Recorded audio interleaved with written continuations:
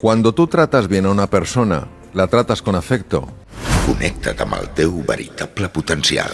Tú, la persona a la que estás tratando bien, e incluso las personas que están observando liberan una hormona que se llama oxitocina, hormona a la que llevo hablando montones de años. La oxitocina protege el corazón. Vine a la conferència del doctor Mario Alonso Puig, el dissabte 16 de novembre a les 18 hores, al Centre de Congressos d'Andorra la Vella.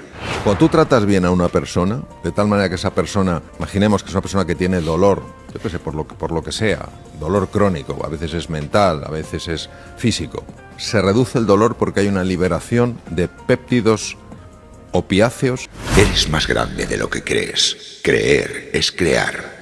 Una experiència irrepetible que canviarà la teva vida per sempre.